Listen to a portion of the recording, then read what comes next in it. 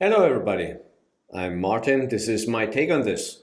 So, today we're talking about Las Vegas and the people that work in Las Vegas and the panicking there, the problems that are lately more and more to see on where the city is going. So, just to give you a little bit of an idea, I actually live in Las Vegas for the last about 10 years.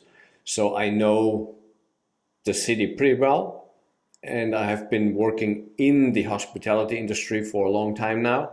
Not as, how would I say, not in the hotel themselves. I work as an IT senior developer, so I have nothing to do with the hotels themselves. But I live in Vegas and I know Vegas good. And I'm watching this video about the guy. His channel is called Not Leaving Las Vegas, and he gives us all the updates and stuff, what's going on in Las Vegas, how the economy is doing in Las Vegas.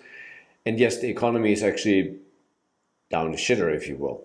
I'm sure it's not really that bad, but in general, it is also not really that good. I know a lot of people who have been unemployed for quite a while now. So let's see what he has to say. So by 2030, Vegas could be a ghost town. And I'm not just talking about the casinos that line up the strip. I'm talking about the people that live here, that make up the workforce, that call this Fairtown home, leaving to greener pastures. And in this video, we're going to explain why and how the current economic downturn in the city is impacting regular people in this town. And how if things don't change real fast, Vegas could join the ranks of other great American cities that saw massive exoduses. We're going to explain everything with facts, figures, and data in this video in a way that you can understand. My name is Steven. I'm not leaving Las Vegas. And as we say around here, 1, 2, 3, and action. So by now, most of you know the tale, but some of you are in denial. I see people pointing their cameras on live streams at the Bellagio on a Friday, and everybody agreeing that Vegas is just the same it ever was. But so that's right there. It's a good shot, actually. So he is... He is standing on the corner of Las Vegas Boulevard and Flamingo, and that is on the side of the Caesars Palace. And you see there's practically nobody. I'm sure it looks like it might be somewhat in the early evenings because there's some shade there. And there's nobody there. So let's say it's like 4 or 5 o'clock, right? And there's nobody there on that corner. That is the busiest corner of Las Vegas when it comes to people walking by. So that's actually quite interesting to see. To fully understand why this ghost town scenario could happen, we have to understand some stats, facts, and figures. Vegas is down 7% cumulatively for 2025 versus 2024 in the first 6 months. Some of those months have visitorship declining as much as over 11%, and occupancy rates on the weekdays and weekends have literally cratered. We have a situation in Vegas where the people that live and work in these hotels are the people that are going to be impacted the most. They're already being impacted, and we'll explain that in this video. But just understand that if you're in denial that Vegas is in decline, you're not alone. There's a lot of people that are hoping and praying that the ghost town situation that we describe in this video never happens, and I happen to be one of them. So what's happening in these casinos and what is the direct impact? Well, that is something that nobody's talking about. Let me explain. So to fully understand why this town's ghost town scenario could play itself out, we have to understand business in Vegas. Of course, when you come here, you see all the front-facing people, the dealers, the people that are emptying trash cans, people cleaning floors, people cleaning your rooms. But the Strip also employs people from executives and CEOs at companies, cooks, chefs, bussers, trash transportation systems, everything. Yep, and IT people like me. Everything is related right here to the casinos. So how bad are the people working in the casinos feeling it right now? Well, first we have the layoffs. We have the ones we know, the ones that happened at properties like the Fontainebleau, the Resorts World, places that were publicly in the news. And then we have the layoffs that we don't know about. The layoffs that are not really layoffs, things like furloughing your hours down to where you're basically on call. And then we have the layoffs where no layoff occurs. People are getting the exact same hours But because they're dependent on tips, and people aren't tipping because the people aren't here, and the ones that are here are on an extreme budget. Hi, thank you, Ireland. We have a situation where some people are making as much as 75% less than they were a year before. Now, that might sound like it's not that impactful. I mean, the Strip is just one 5-mile piece of real estate in Las Vegas. But the reality is, it actually affects everybody citywide. Let's explain why. You come to Vegas and you spend money in the casinos. The casinos get busier and they have to hire more people. This cycle has been repeating up until 2025 like clockwork, to the point where we now have 330,000 people that are either employed directly or indirectly by the casino properties.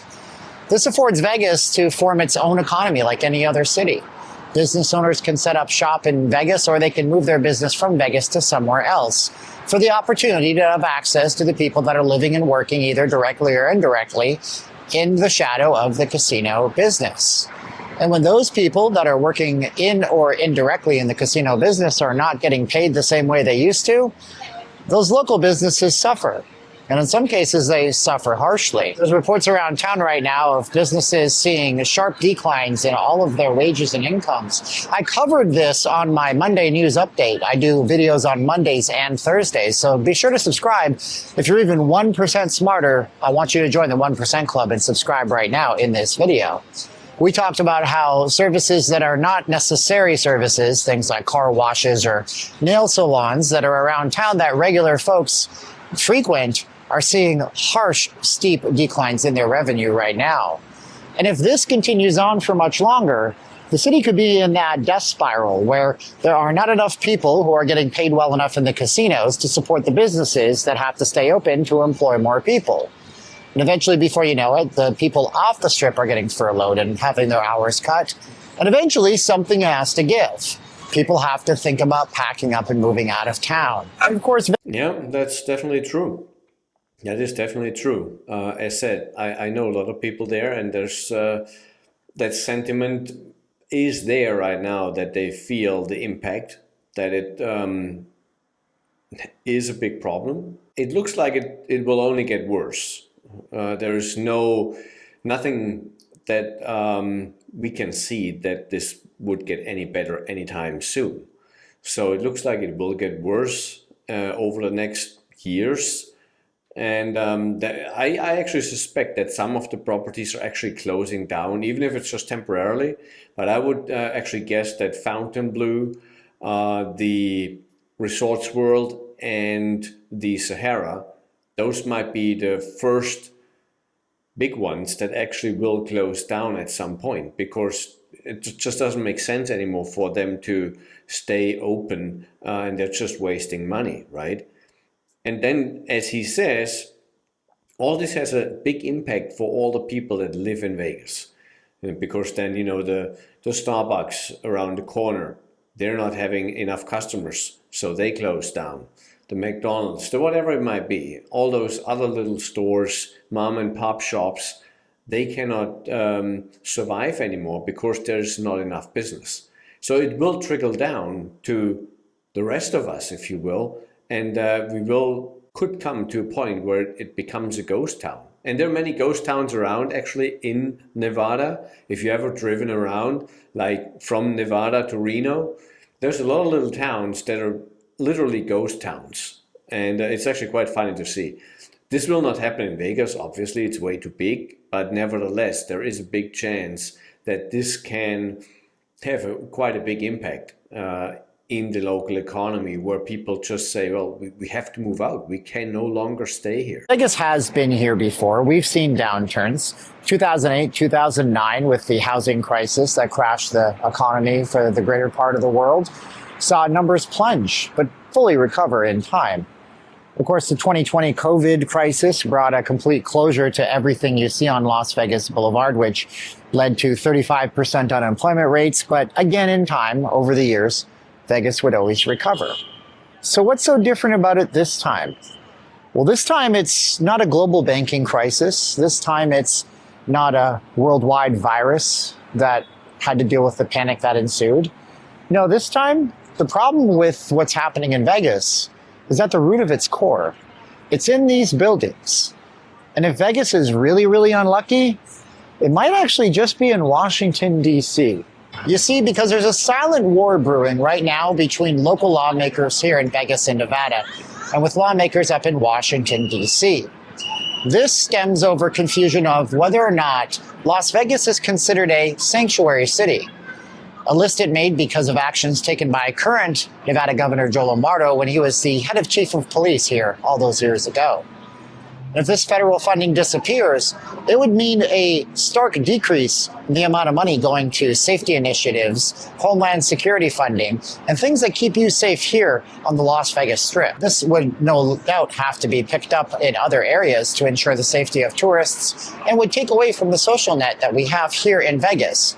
And if you think this entire doomsday scenario is a little too much doom and gloom for you, don't think it can't happen, because it has happened in the past.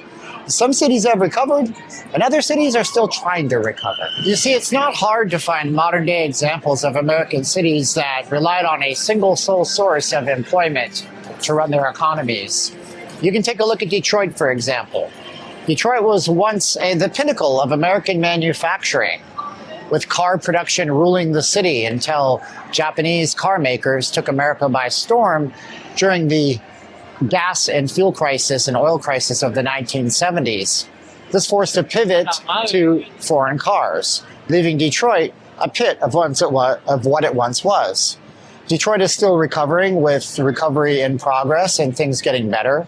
Or how about Pittsburgh, Pennsylvania, the biggest steel producer in the world for a time, until steel was found to be cheaper to be made in other places, and we're still fighting to these days' end whether or not we should be letting Japan buy U.S. steel. Or how about Atlantic City, a town that boomed and busted over and over again, but has thankfully, in the last few years, managed somewhat of a recovery as it diversifies, just like Vegas has, to bring in that massive tourist pool of people who are all living on the East Coast, who may very well choose Atlantic City over Vegas if Vegas doesn't get its act in gear. So the question then becomes, if this happens, how does it happen? What does this timeline play out like? So without a major recovery and major corrective pricing action from the casinos, by the end of 2025, we would most likely see occupancy midweek dip into the low 70 percentile. It's already in the upper 70 percentile range, so this might not sound that serious. But with occupancy that low, further layoffs and furloughs of casino workers will continue, with the extreme degree of, quite possibly, some of these properties closing off towers midweek in order to save costs on things like heating, air conditioning, and service. By the time holiday season 2025 rolls around, very end of the year, Vegas feels a lot emptier than it ever has before, especially for this season. So with people staying away for New Year's and choosing other destinations, Vegas feels it coming into 2026. 2026 comes around and the CES show, Consumer Electronics, happening in the first part of the year, seems a little less popular than usual. It's not as bad as the first year of post-COVID recovery, but it's still a big impact for one of the biggest shows of the year. By mid-2026, we have casino companies doing what they've done for the last several years, increasing prices and further positioning Vegas as a sheer luxury destination for only the highest of rollers. Yeah, that's one of the biggest problems there, that they really just chase the absolute, let's call them rich people. Yes, I understand that you can make more money with less inventory, but overall, Vegas always has been kind of more quantity than quality. And so they want to do more, let's say, richer, because the quality is not really going up. That's the thing. It's actually going down quite bad. A lot of these big resorts, they have less and less services they offer. They don't have any bellboys anymore. Concierge is only for a handful of people, and so on. So it's way down when it comes to high quality service. Yet they still charge an arm and a leg for resort fees and parking and any other thing they can charge you. So it is kind of let's say a little bit of a death spiral right now on the on the downtrend, obviously. And I don't see it recovering anytime soon. As said, I would think over the next years, it actually will go down way further than it is now. The housing market, I guess, will crash at some point when then just people move away and say, well, there's no jobs anymore here. We have to move, so we have to sell the house. And the problem is they bought the house after COVID or around that time and paid a premium for it, and they're not getting that back. So they're hit with a big loss. And so overall, it's not really a good situation for Vegas right now. If we could see a light at the end of the tunnel, it would not be that bad. It would be, just a little downturn and would all be good, let's say mid next year. But currently we don't see that. It might still happen, everything might just be all right. But for now, you really don't see that this actually can happen. Away people in mass in order to try to maximize profit revenues so they can pay their ever-increasing rents for the real estate investment trusts that they entered into all those years ago when they sold their properties to drive up the price of their shares for their shareholders. It's at this point that gaming revenues have finally leveled out and dropped to levels where the casinos are no longer seeing increases because the players, the masses, the normies like us that would usually pump money into the machines are simply no longer in town. After that, it gets a little muddy, no matter how many different types of scenarios I run. And it's important to note if that Vegas fades to that point, the mystique, the shininess, the draw of Vegas will be lost on the future generations. You see, Vegas has always been a generational destination. You'll meet people that have been coming here since they were first started dating their spouse 20 years ago. You'll get people that started coming with their families and continue to come into adulthood. But without that kind of je ne sais quoi, or as the French say, I don't know what, Vegas will just be another town where you can go and sit by the pool, not the special place that it once was. So what is the fix? Well, the fix is simple: lower prices. Yeah, it's actually true. It's not a fun town anymore, to be honest. You would think, well, you live in Vegas and there's always something to do, but there isn't. It's actually a pretty boring city to live in. So the problem there is, if you go there, let's say in your 20s, and you want to have fun, the fun is gone. If you want to go to a club and dance the night away and stuff like that, you might have to pay like $50 to $100 just to get into the thing. And then, of course, you cannot go in there in shorts and stuff like that. No, you have to kind of be dressed up, which is nice, but it is just too much for the average person. And then in the club, you cannot sit down nowhere. You only could sit down or can sit down if you pay for a table, which could be thousands of dollars to pay for a table. So you get some champagne and whatever other drinks. Other than that, you have to stand. The whole, how many hours you're in there, you have to stand. And then there's places, most of the places, you're not allowed to stand. You stand somewhere and then a security guy comes by, oh, you cannot stand there. You stand somewhere else, again, the security comes by, you cannot stand there. And then you want to get a drink and then the water is $18. So it's really just ludicrous. It's not really fun anymore. A simple bottle of beer, a Bud Light or something like that, if that costs on the strip from like one of these little stands $15 or $16, that's just wrong. Period. Just wrong. It's just way too expensive. It's not fun anymore. So they need to come down to a normal level for the average American and not for some wannabe rich people that think they have money, which they don't have. Otherwise, they would still come. And let me explain what the other fix could be, which is a booming economy. Both have benefits and both would solve all these problems. How we get there is up to these casino properties. I mean, the first fix to Vegas is absolutely simple. These casino properties immediately drop their prices. Lure people in who are not necessarily budget travelers, but just want to get a great value proposition. The problem with this is that the casinos, as we explained in an earlier video, are trapped. They formed a Chinese finger trap around themselves, where on one end they have their lease agreements and on the other end they have their shareholders. By lowering prices, they'll bring in less revenue. By bringing in less revenue, they might not be able to afford the rents that they created when they sold their land and properties out to giant, huge hedge funds. By doing so, they're going to tank their share prices and take a hit. Heads will have to roll. When it comes right down to it, I don't foresee a CEO at a casino company in Vegas taking that kind of haircut and putting themselves on the line that way. So with option number A likely never coming to pass, what's option number B? Option number B is that the economy fully recovers and people just simply make more money. Vegas basically tries to toe the line for as long as they possibly can, with casino companies playing the long game and hoping that in time people will return when they have more cash to dump into the casinos for the premium price structure that they've created in this town. I mean, look, you don't complain about the cost of your Netflix going up $2 a month if you just got a $30,000 a year raise, now do you? Of course not. And that may be the tactic that the casinos are waiting to have happen. But either way, it's a dangerous game for the casino properties. And for you, it means simply that you have to make better and more intelligent choices. I mean, because at the end of the day, ultimately it's on you whether or not you think that Vegas is a great value proposition for your money.